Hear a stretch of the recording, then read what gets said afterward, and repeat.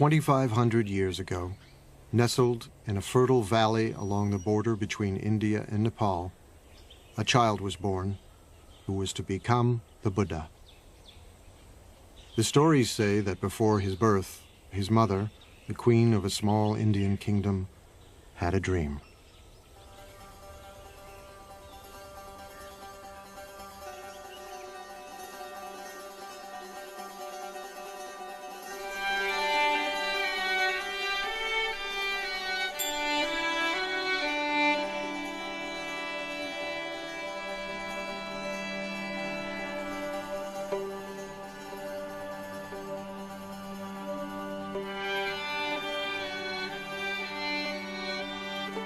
A beautiful white elephant offered the queen a lotus flower and then entered the side of her body.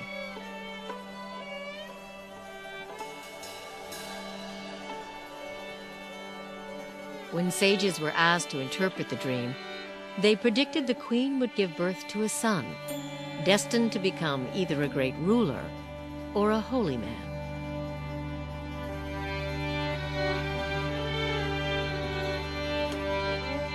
One day, they said, he would either conquer the world or become an enlightened being, the Buddha. People like stories. It is one of the ways we learn. The story of the Buddha's life is an archetypal journey, but it is a means to an end. It is not an end.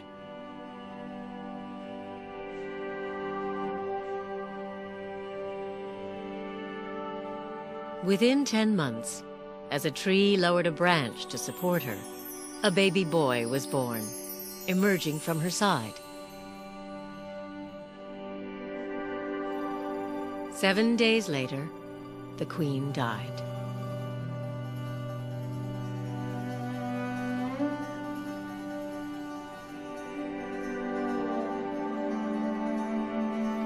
The world is filled with pain and sorrow, the Buddha would one day teach. But I have found a serenity, he told his followers, that you can find too.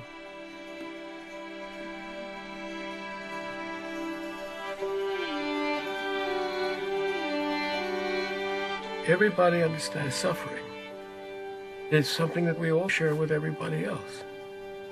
It's at once utterly intimate and utterly shared. So the Buddha says that's a place to begin. That's where we begin. No matter what your circumstances, you will end up losing everything you love. You will end up aging. You will end up ill. And the problem is that we need to figure out how to make that all be all right. What he actually said was that life is blissful. There's joy everywhere, only we're closed off to it. His teachings were actually about opening up the joyful or blissful nature of reality. But the bliss and the joy is in the transitoriness. Do you see this glass? I love this glass. It holds the water admirably. When I tap it, it has a lovely ring. When the sun shines on it, it reflects the light beautifully. But when the wind blows and the glass falls off the shelf and breaks, or if my elbow hits it and it falls to the ground, I say, of course. But when I know that the glass is already broken, every minute with it is precious.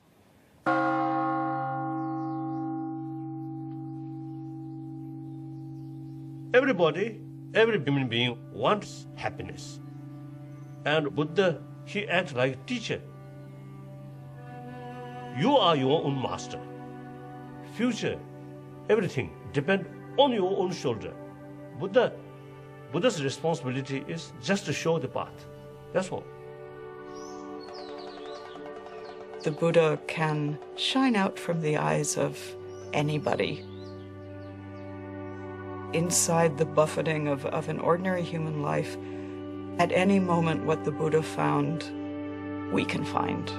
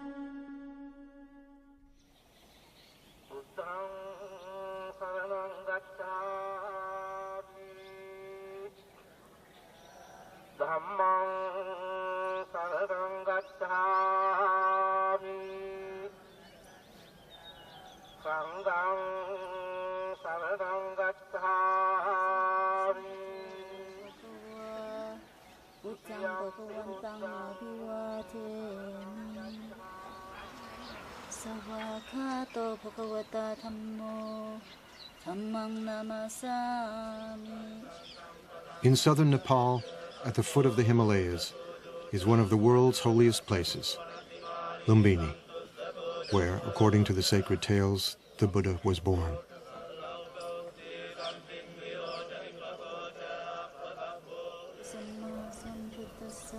Today, Buddhist pilgrims from all over the world make their way here to be in the presence of the sage whose life story is inseparable from centuries of anecdotes and legends.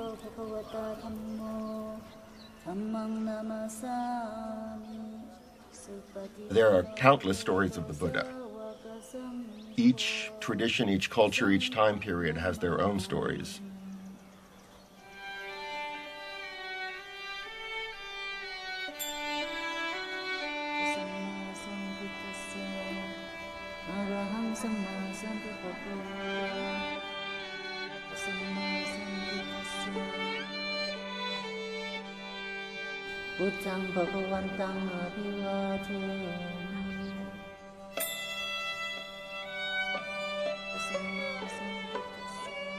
We have lots of visual narratives and artwork from all over Buddhist Asia.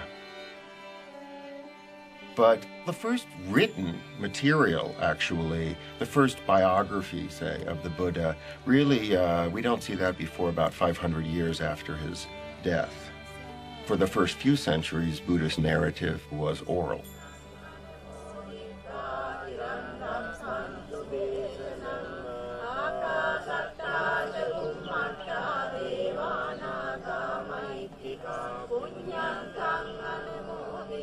Historically, it is based on something certainly that happened. There must have been someone who corresponded with Gautama Buddha, who we don't know. We don't know how much of it is pure fairy tale and how much of it is historic fact. But it doesn't matter. It touches something that we all basically know. The relevance of it is in the message of the story, the promise of the story. Like any good story, it has a lot to teach. So the story of his life, then, is a beautiful way of telling the teaching. He who sees me sees the teaching, the Buddha said. And he who sees the teaching sees me.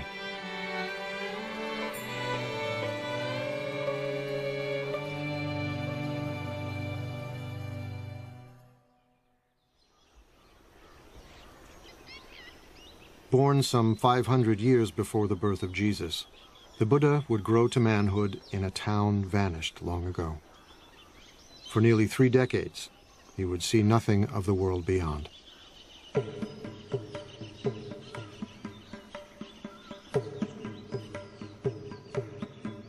The tales say he was the son of a king, raised in a palace with every imaginable luxury.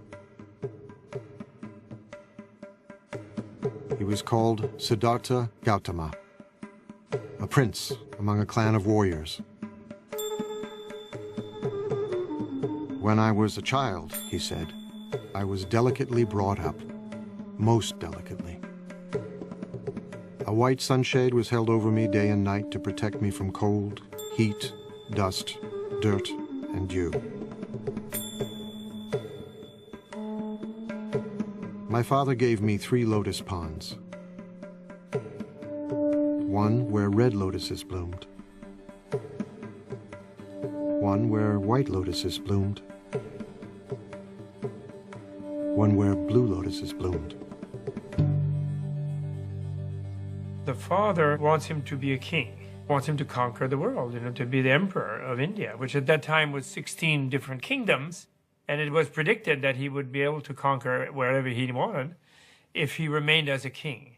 So the father was creating this artificial environment to coddle him. His father wanted to prevent him from ever noticing that anything might be wrong with the world, because he hoped that he would stay in the life they knew and loved and not go off as was predicted at his birth and possibly become a spiritual teacher rather than a king.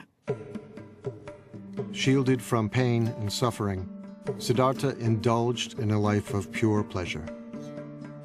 Every whim satisfied, every desire fulfilled. I wore the most costly garments, ate the finest foods. I was surrounded by beautiful women.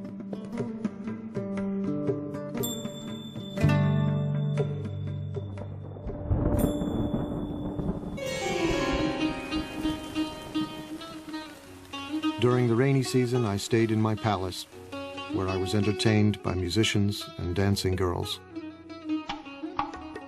I never even thought of leaving.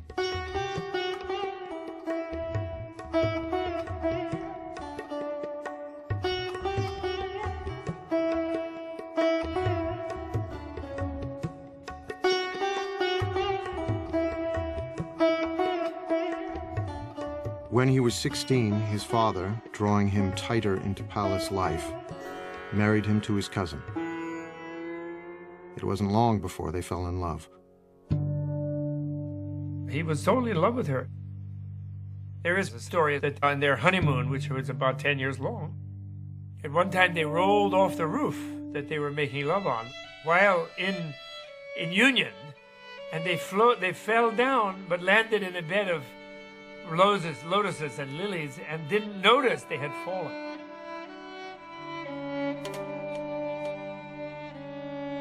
And so, the stories say, he indulged himself for 29 years, until the shimmering bubble of pleasure burst. His father does everything he can to never let him leave, never let him see the suffering that life is. But one day he goes outside and he's traveling through the kingdom, and he has the first of 4 encounters. He sees an old man, and he asks his attendant, and the attendant says, "Oh, that's change. One doesn't always stay young and perfect." Then, on the next tour outside, he sees a sick man and doesn't quite understand what it is. He asks his attendant, and the attendant says, "Oh, that happens to all of us." Everybody gets sick, and don't think you are a prince, you will not get sick. Your father will get sick, your mom will get sick, everybody will become sick. Then he sees that it isn't just the sick person, in fact it's universal, and something is stimulated inside of him, so he keeps getting the chariot driver to take him out, and he sees, horror after horror. And on his 3rd trip outside, he meets a corpse. And he recognizes impermanence and suffering and death as the real state of things. The world that he had been protected from, shielded from, kept from seeing. And he was shocked. He was shocked. And he realized, this is my fate too. I will also become old. I will also become ill. I will also die. How do I deal with these things? These are universal questions in any human being's life. What it's like to be in a body inside of time and our fate, and how do we navigate that? It really is a tale of the transformation from a certain naive, innocent relationship to your own life to wanting to know the full story, wanting to know the full truth. And then the 4th trip outside, he sees a spiritual seeker, someone who has decided to live a life completely other than his life in order to escape from impermanence, suffering, and death. So he has this sort of traumatic encounter with the pain and suffering of life. We try to protect our children. We don't want to let our children see all the pain that's in the world. But at a very early age, at a time before he could remember anything, at a time before there was conceptual thought. He already suffered the worst kind of loss that one could suffer. Suddenly and mysteriously, his mother died when he was a week old. So something tragic happened, right at the beginning. That might be what it takes to become a Buddha, is that you have to suffer on such a primitive level.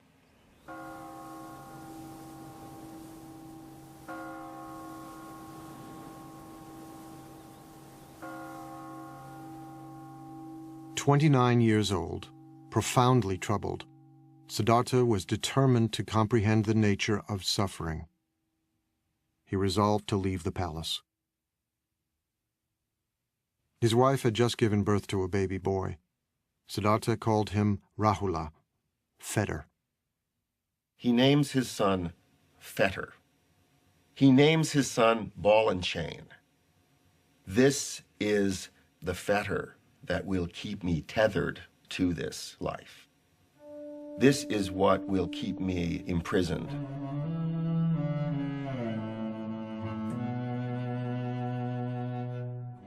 Late one summer evening, Siddhartha went into his wife's room. A lamp of scented oil lit up. His wife lay sleeping on a bed strewn with flowers, cradling their newborn son in her arms. He gazed from the threshold, deep in thought. If I take my wife's hand from my son's head and pick him up and hold him in my arms, it will be painful for me to leave.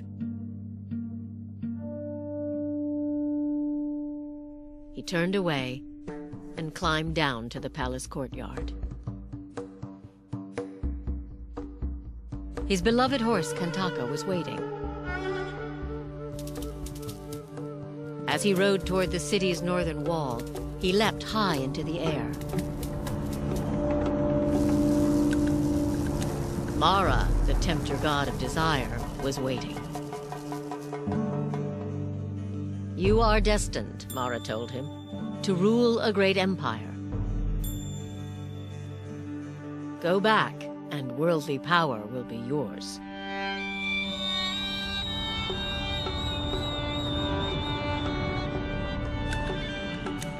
Siddhartha refused. He left grief and probably absolute puzzlement and dismay in the hearts of wife, in the infant son who was innocent and yet was suddenly fatherless, and of course his own father. But there is no knowledge won without sacrifice.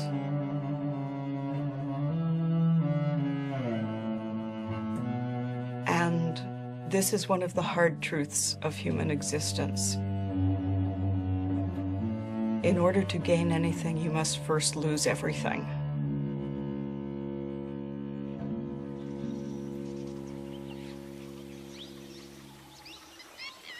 Siddhartha was alone in the world for the first time. On the bank of a nearby river, he drew his sword. Although my father and stepmother were grieving with tears on their faces, he said, I cut off my hair, I put on the yellow robes and went forth from home into homelessness. I had been wounded by the enjoyment of the world, and I had come out longing to obtain peace.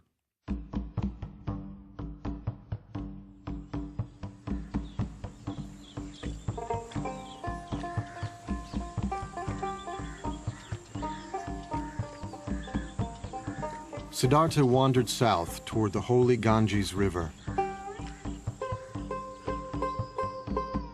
Once a great prince, now he became a beggar, surviving on the charity of strangers. He slept on the cold ground in the dark forests of banyan, teak, and sal that covered the northeastern plain, frightening places where wild animals roamed and dangerous spirits were said to live. He's going out to see what there is. He's a seeker. He doesn't have a teaching yet. He doesn't have an understanding yet. He doesn't have an insight yet. He doesn't have a solution yet, but he recognizes the problem.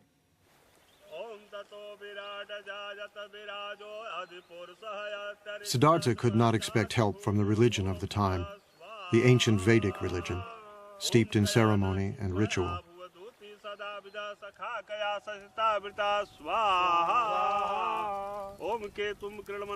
Some of its rituals still live on in ceremonies conducted by Hindu priests who chant Vedic formulas more than 2,500 years old.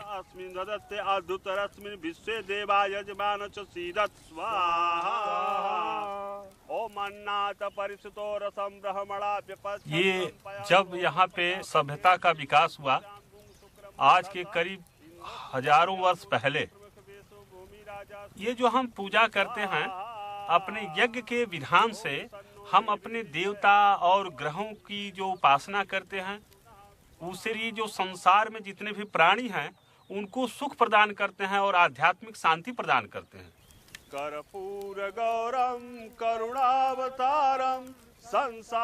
For centuries, the Vedic rituals had commanded respect for the gods and inspired conviction. But by Siddhartha's time, the rituals no longer spoke to the spiritual needs of many Indians, leaving a spiritual vacuum and a sense of foreboding. The gods become less important than the rituals themselves. It's a period of great unrest. It's a period of social upheaval, social change. Cities were growing, generating new wealth and spiritual hunger. As one ancient voice cried out in despair, "The oceans have dried up, mountains have crumbled, the pole star is shaken, the earth founders, the gods perish. I'm like a frog in a dry well." A lot of people aren't satisfied with the religion that they grew up in.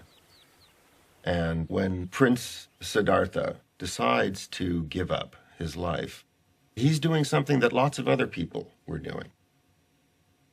Siddhartha joined thousands of searchers like himself, renunciants, men and even a few women who had renounced the world, embracing poverty and celibacy, living on the edge, just as spiritual seekers still do in India today.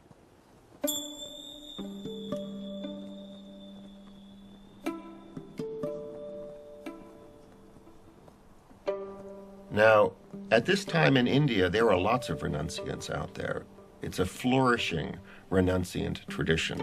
There are many different people who have given everything up and practice austerities and meditate in order to escape from the cycle of death and rebirth. The notion of reincarnation is something that's part of Indian culture, part of Indian civilization, part of Indian religion, that was there long before the Buddha. And it was in a sense, the problem that the Buddha faced. Suffering didn't begin at birth and finish with death. Suffering was endless. Unless it was possible to find a way out, become enlightened, become a Buddha. In his time, there was a sense of death not being final, but of death leading inexorably to rebirth, and of suffering beings bound to the wheel of death and rebirth.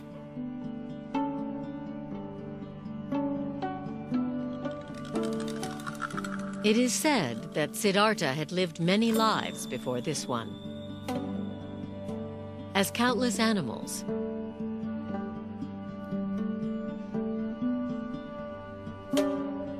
innumerable human beings,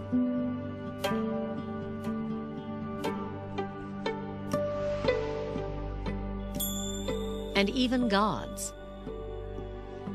Across 4 incalculable ages, the sacred texts say, and many eons. experiencing life in all its different forms.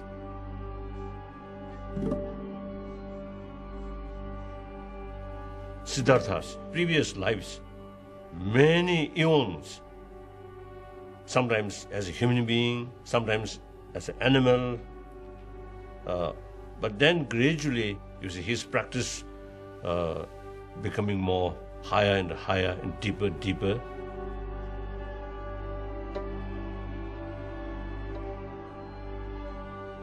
The idea is from life to life to progress more and more toward the enlightenment and become wiser and wiser. Some beings will stubbornly insist on their ignorance and their egotism, and they will charge ahead, grabbing and eating what they can in front of themselves and being dissatisfied, but thinking that the next bite will do it. And they will die and be reborn, die and be reborn in infinite times. It could take them, billion lifetimes if they're very stubborn, And becoming a Buddha, becoming enlightened, is the only way of getting out of the continual cycle of death and rebirth. Now, rebirth here isn't the popular notion that, my past life I was Cleopatra floating down the Nile or Napoleon. It's as if every life is going through junior high school again, over and over and over.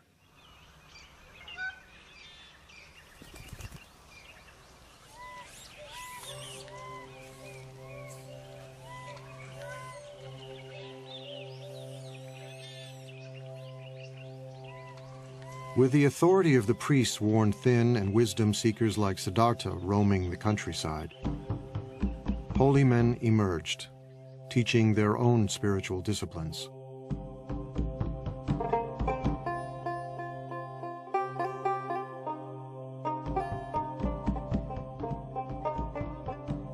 Siddhartha apprenticed himself to one of them, a celebrated guru who taught that true knowledge could never come from ritual practice alone. It was necessary to look within. You may stay here with me, the guru told him. A wise person can soon dwell in his teacher's knowledge and experience it directly for himself. Siddhartha set himself to learn the rigorous practices the guru prescribed. The teachers of the time are already teaching forms of yoga and meditation, teaching that the self-reflective capacity of the mind can be put to use to tame the mind, to tame the passions. That was already established in India. And there were probably so many schools of yoga and meditation in those days, just as there are now.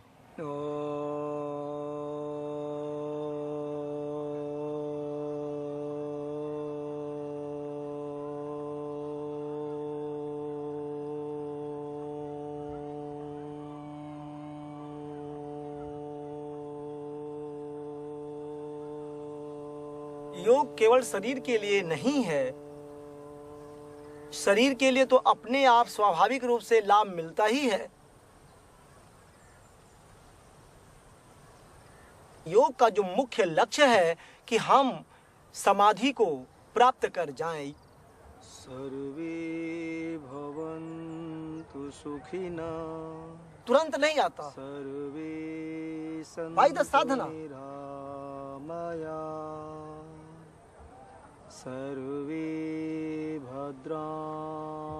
Although yoga appears to focus on controlling the body, it is in fact an ancient spiritual discipline, a form of meditation, harnessing the energies of the body to tame the mind.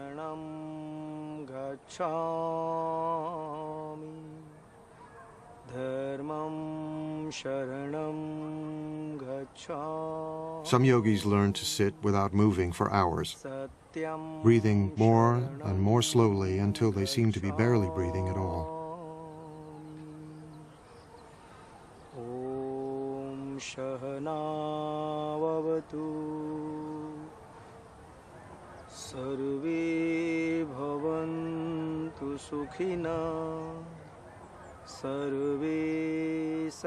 All kinds of trance states are possible through meditation. If you hold the mind, if you concentrate the mind on a single object, be it a word or a candle flame or a sound, it's possible to transport the mind into all kinds of interesting places.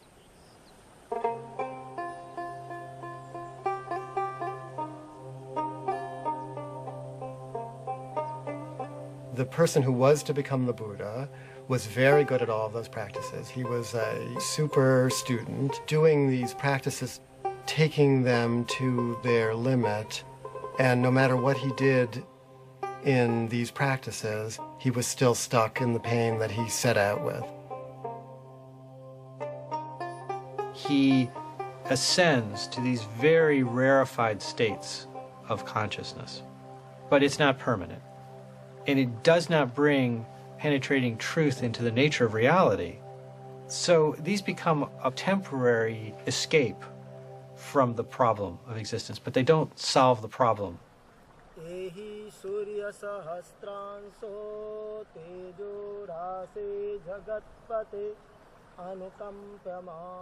Siddhartha apprenticed himself to another popular guru, but the results were the same. The thought occurred to me, he said later, this practice does not lead to direct knowledge, to deeper awareness. Disenchanted, he left this master too.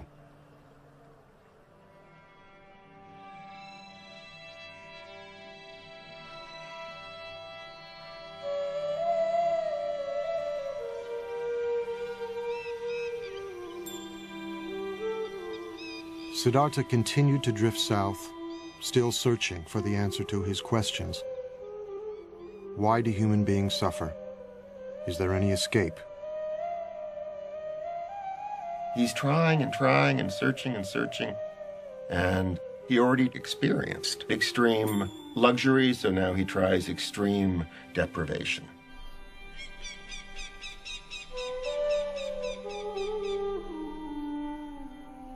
Among the renunciants, asceticism was a common spiritual practice, punishing the body as a way to attain serenity and wisdom. Siddhartha fell in with 5 other ascetics, and soon was outdoing them in mortifying the flesh, subjecting his body to extremes of hardship and pain.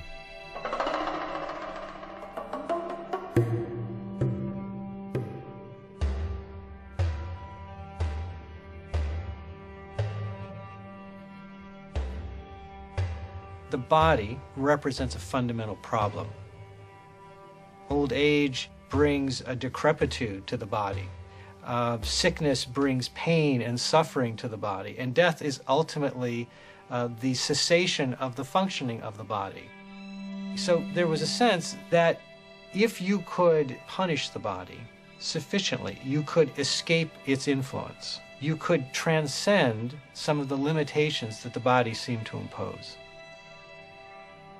The ascetic pursues the truth by taking the requirements of survival down to the absolute minimum possible. Barely enough food to stay alive, no protection from the elements, no heat. Sit in the cold, sit in the rain. Meditate fiercely for all the hours of awakening. The step of renunciation, of shedding everything, of dying, the feeling that one is dying to one's life as it was, is essential to being reborn as someone who sees.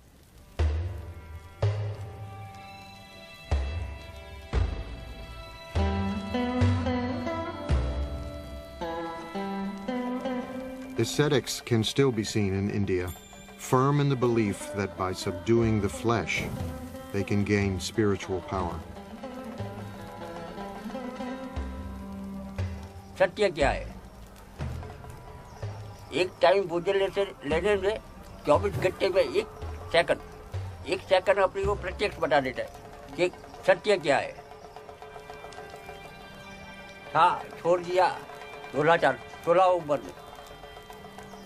इसलिए सोचता हूँ कि हर चीज मोह नहीं रखता। ये मार्ग से, ये मार्ग जो आगे बढ़ने के लिए, इसमें मैं मोह नहीं रखता। मोह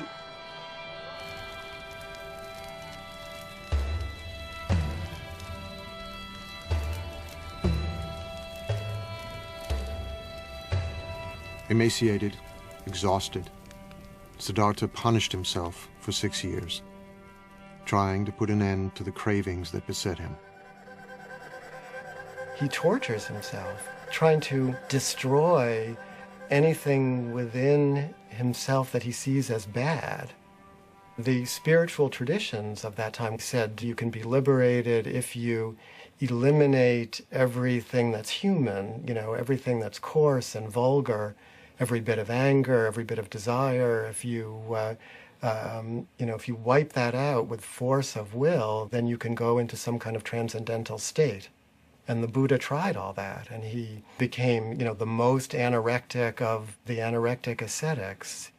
He was eating 1 grain of rice per day. He was drinking his own urine. He was standing on 1 foot. He was sleeping on nails. He did it all to the utmost.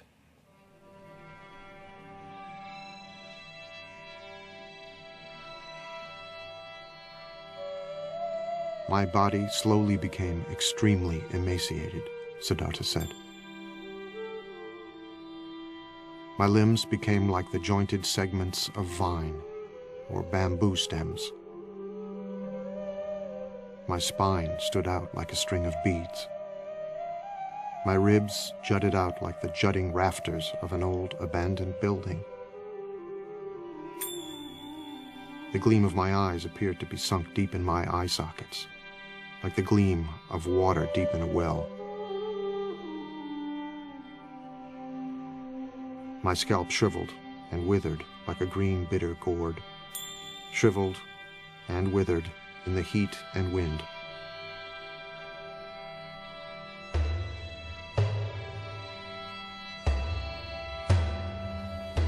What he was trying to do was pushing his body to the most extreme that he could. But then he realized that from that, he cannot gain what he wants. Trying to torture the body becomes too much. The whole attention is given to the body, nothing else. He surrendered himself completely to the hard training that he was given. And what he discovered, having tried this completely for many years, was that he had not answered his question. It hadn't worked. He was on the verge of death, dying, unawakened, when he remembered something.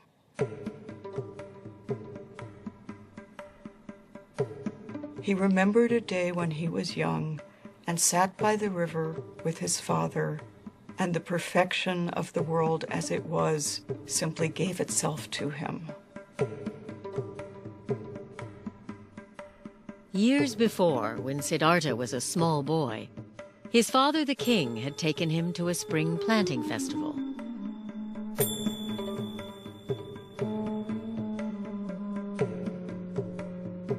While he watched the ceremonial dancing, he looked down at the grass.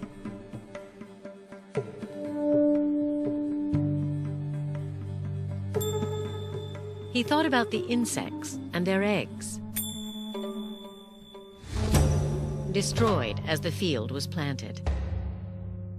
He was overwhelmed with sadness.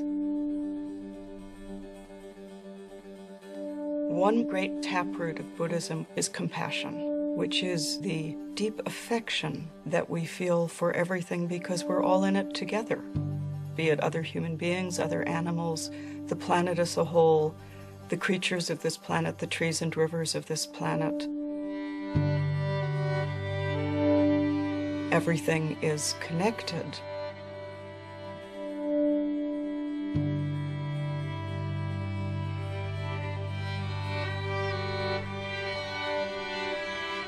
It was a beautiful day. His mind drifted.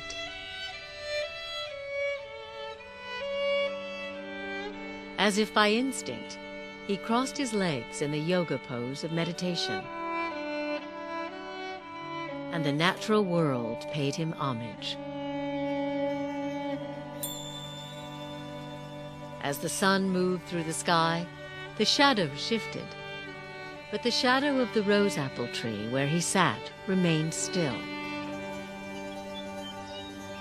He felt a sense of pure joy. The joy that he found is in the world that is already broken. It's in this transitory world that we're all a part of. And the fabric of this world, despite the fact that it can seem so horrible, the underlying fabric of this world actually is that joy that he recovered. That was his great insight. But, he says, I can't sustain a feeling of joy like this if I don't take any food, so I better eat something. And then at that moment, a village maiden mysteriously appears carrying a bowl of rice porridge. And she said to him, "Here, eat." That moment of generosity and release, when he accepted the rice, was a decision towards life. It was what in the Christian tradition might be called grace, that you cannot do it completely on your own.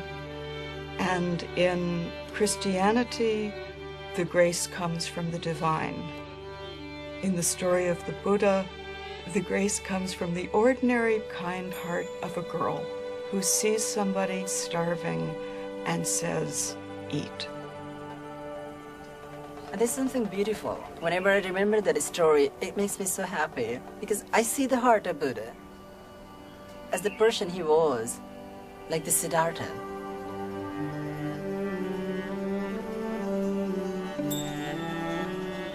This dish was the dish he used to be fed by his stepmother, rice pudding.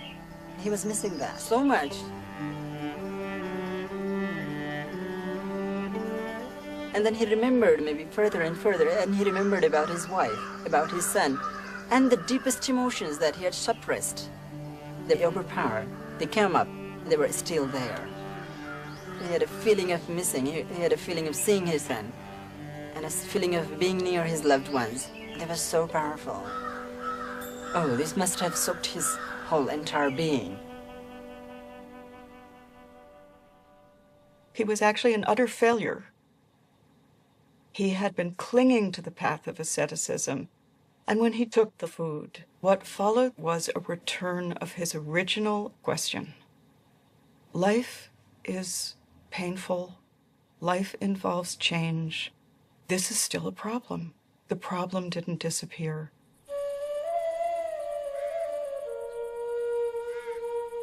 It wasn't long before the ascetics who had been Siddhartha's companions found him eating and turned away in disgust. Siddhartha loves luxury, they said. He has forsaken his spiritual practice. He has become extravagant. But the man who will become the Buddha realizes that extreme deprivation isn't the way to go. We can live as normal human beings. We can eat and drink. And in fact, we kind of need to eat and drink and be normal human beings in order to break through, in order to attain the kind of realization that he was looking for.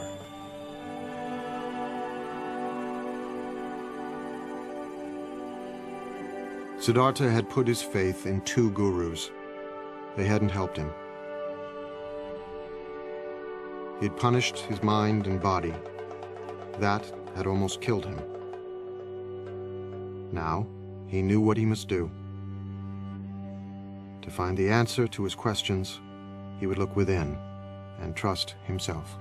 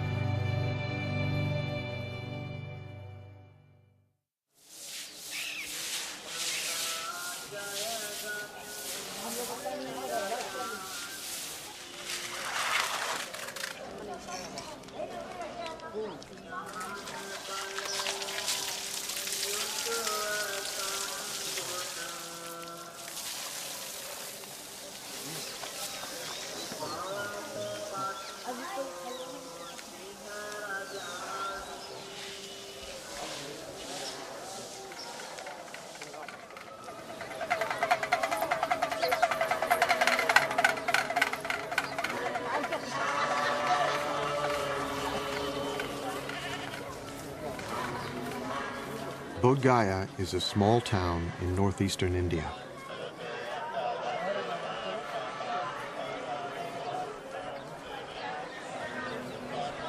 Throngs of pilgrims have come here from all over the world for more than 16 centuries.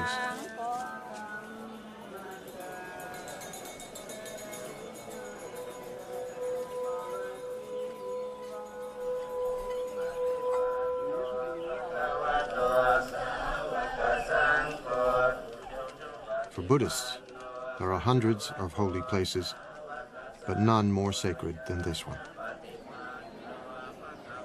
Bodh Gaya is the sacred point from which the Buddhist faith radiates.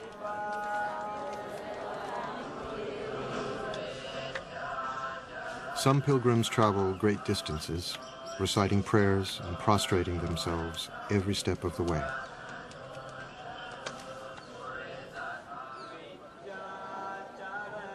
It is their Mecca and Jerusalem.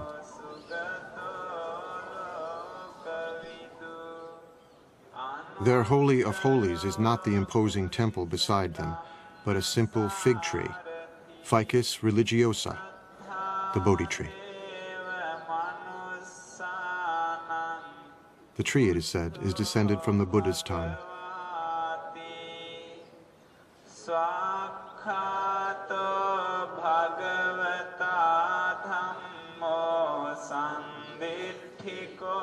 Every pilgrim knows the story of how Siddhartha, after accepting the rice milk from the young girl, put aside the rags he was wearing, bathed himself in a nearby river, and strengthened, sat down in the shade of the Bodhi tree and began to meditate.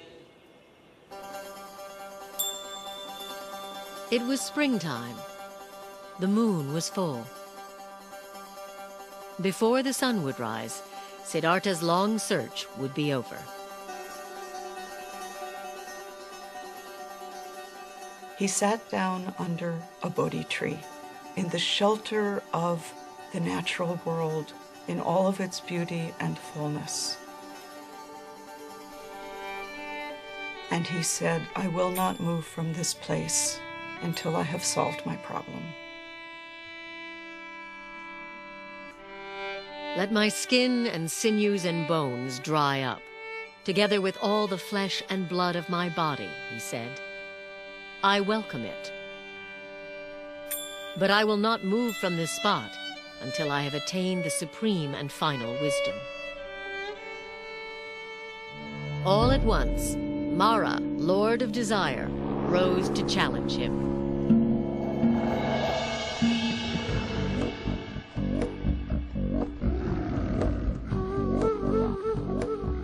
With an army of demons, he attacked.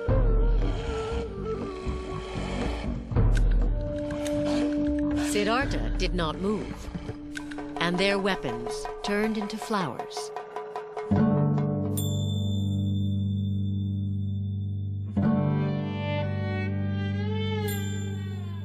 Mara is the ruler of this realm of desire, this world that we all live in. And what he's afraid Siddhartha is going to do when he attains enlightenment and becomes the Buddha is conquer that world. That is, he's going to do away with desire. He's going to wreck the whole game. Mara did not give up. He sent his 3 daughters to seduce him.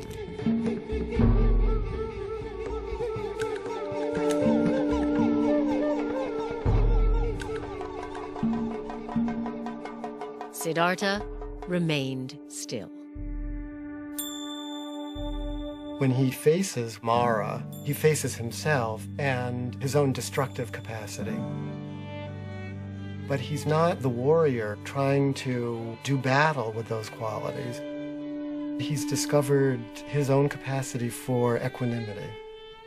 He has become like, the top of the great Himalayan mountains, The weather is passing over him, storms are raging around him, and he sits like the top of the mountain, impassive, not in a trance state, totally aware of everything. So he frustrates Mara. Siddhartha resisted every temptation Mara could devise. The Lord of Desire had one final test.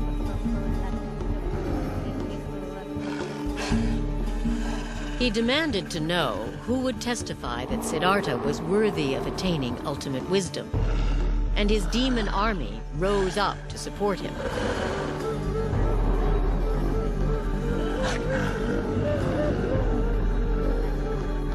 Siddhartha said nothing.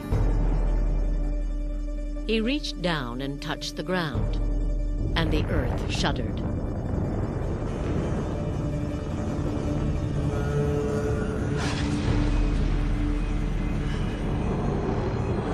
Mara's demons fled.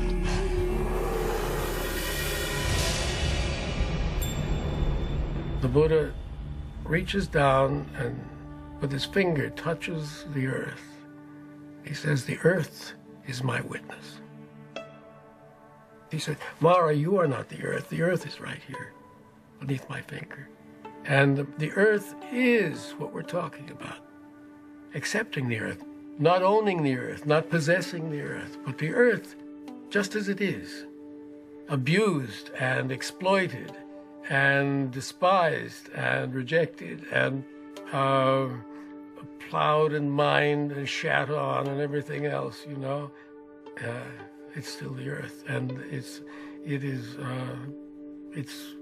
we owe everything to it.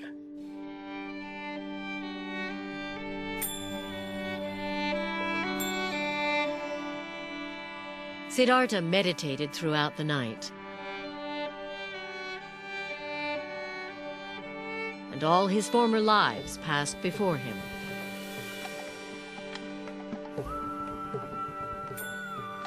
He remembers all his previous lives, infinite numbers of previous lives.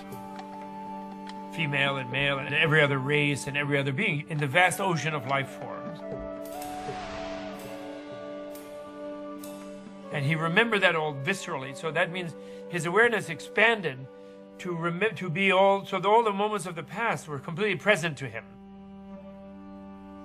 He gains the power to see the process of birth, death, and rebirth that all creatures go through. He's given this sort of cosmic vision of the workings of the entire universe.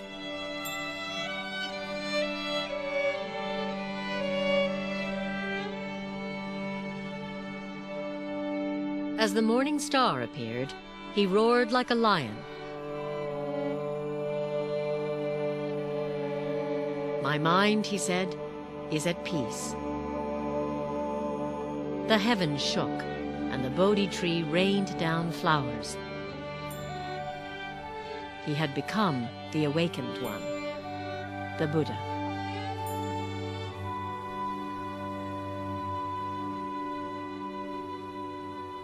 Something new opens up for him, which he calls nirvana, or which he calls awakening.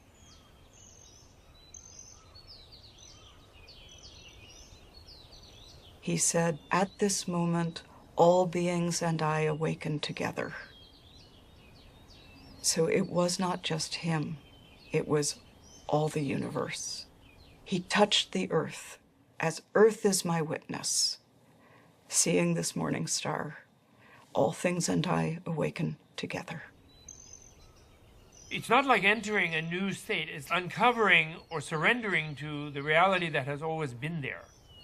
He realized he'd always been in nirvana, that nirvana was always the case. Your reality itself is nirvana. It's the unreality, it's your ignorance that makes you think you're this self-centered, separate being trying to fight off an overwhelming universe and failing. You are that universe. You're already enlightened. He's saying the capacity for enlightenment, that your awakeness already exists within